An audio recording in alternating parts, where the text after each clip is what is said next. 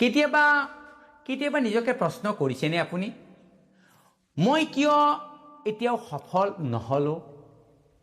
মানুহে মোক কিয় কম মূল্য দিয়ে? মই কি একেবাৰেই বিফল মানুহ নেকি? যেতিয়া সপোনবোৰ পূৰণ নহয়, যেতিয়া সফলতা হাতত নাহে, তেতিয়া আত্মসন্মানটো যেন ধীৰে ধীৰে আমাৰ ভাঙি যাবলৈ আৰম্ভ কৰে। যদি এই অনুভৱে আপোনাৰ হৃদয়তো স্থান পাইছে, তেতিয়াহ'লে এই ভিডিঅ'টো আজি আপোনাৰ বাবে। নমস্কাৰ, মই প্ৰদীপ। মই এই চেনেলটো মোৰ জীৱনৰ পৰা শিকা সেই গভীৰ সত্যবোৰ কওঁ, যিবোৰ বহুতে অনুভৱ কৰে কিন্তু মুখেৰে ক'ব নোৱাৰে। ব্যৰ্থতা, দুখ, অকলশৰীয়া মধ্য জীৱনৰ সংকট, এইবোৰৰ মাজতো আমি কেনেকৈ আত্মসন্মান, আমাৰ নিজৰ আত্মসন্মান আমি বচাই ৰাখিব পাৰোঁ, সেয়াই আজিৰ মূল কথা। যদি আগৰ ভিডিঅ'বোৰে আপোনাৰ মনত যদি ক'ৰবাত লাগিছে, তেতিয়াহ'লে নিশ্চয় লাইক আৰু ছাবস্ক্ৰাইব কৰি লগত ৰাখিব। আজি কথা পাতিম, আপুনি সফল নহ'লেও আত্মসন্মানটো কেনেকৈ বচাই ৰাখিব পাৰিব।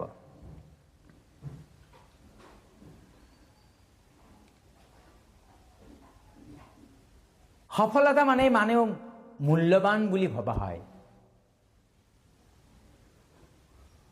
কিন্তু প্ৰকৃততে সফলতা মানুহৰ মূল্য নহয়। আমি ভাবোঁ টকা, পদ, গাড়ী, ঘৰ থাকিলে মানুহৰ মূল্য, কিন্তু মই মোৰ জীৱনত শিকিলোঁ সফলতা মানুহৰ বাহিৰৰ এখন মুখা। আত্মসন্মান মানুহৰ ভিতৰৰ এক শক্তি। মই নিজেই বহু সপোন পূৰণ কৰিব নোৱাৰিলোঁ, তাৰ বাবে মোৰ দুখ নাই, কিন্তু মই নিজক কেতিয়াও হেৰুৱা নাছিলোঁ। সফল নহ'লে আপুনিও মানুহ, এইটো কথা আপুনি প্ৰতি মুহূৰ্ততে মনত ৰখা উচিত। সফলতাই কিন্তু প্ৰকৃত মানুহ সৃষ্টি নকৰে। আজিৰ যুগত ফেচবুক, ইউটিউব, আত্মীয় সকলোৱে এইবোৰ তুলনা কৰে। ফেচবুকত চাব অমুকৰ লগত তুলনা কৰিছে, ইউটিউবত চাব অমুকৰ লগত তুলনা কৰিছে।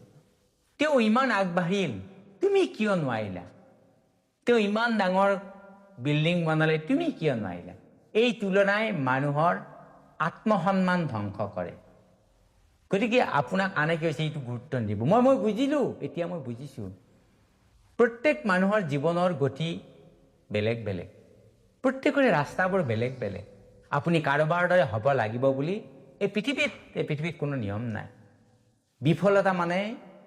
বিফলতা মানে জীৱনৰ শেষ কথা নহয়, ইয়াক শিক্ষা। এই বিফলতা হ'ল এক বাস্তৱ শিক্ষা, জীৱনৰ শিক্ষা। মই বহু কামত ব্যৰ্থ হৈছিলোঁ, লোকৰ হাঁহিৰ কাৰণ হৈছিলোঁ, ঠাট্টা মস্কৰা কৰিছিল, মানুহে মোক উপলুঙা কৰিছিল, কিন্তু মই হাৰ মনা নাই। মই শিকিলোঁ, ব্যৰ্থতাই আপোনাকো তললৈ নমাই নিদিয়ে যদি আপুনি নিজে নিজক তললৈ নামিব নিদিয়ে। আপোনাক বহুতে তললৈ নমাবলৈ চাব, কিন্তু আপুনি নিজে নামিব নালাগিব। মানুহে ভাবে আন মানুহক সন্মান দিলে, আন মানুহে যদি আমাক সন্মান দিয়ে, তেতিয়া আমাৰ আত্মসন্মান বাঢ়ে। কিন্তু সত্য কথা এইটো নহয়। আত্মসন্মান আপোনাক আনে কেতিয়াও নিদিয়ে। আত্মসন্মান নিজেই নিজক দিব লাগিব। আপোনাৰ আত্মসন্মান আপুনি আপোনাক নিজেই দিব লাগিব।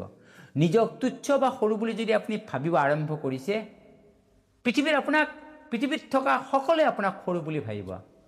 নিজেই নিজক মূল্য দিব লাগিব। আপুনি পৃথিৱীত আপোনাক মূল্য দিব। আপুনি যদি নিজকে উচ্চ স্থানত ৰখা বুলি ভাবে, তেতিয়াহ'লে সকলোৱে আপোনাক উচ্চ স্থানত ৰাখিব, আপোনাক মূল্য দিবলৈ বাধ্য হ'ব।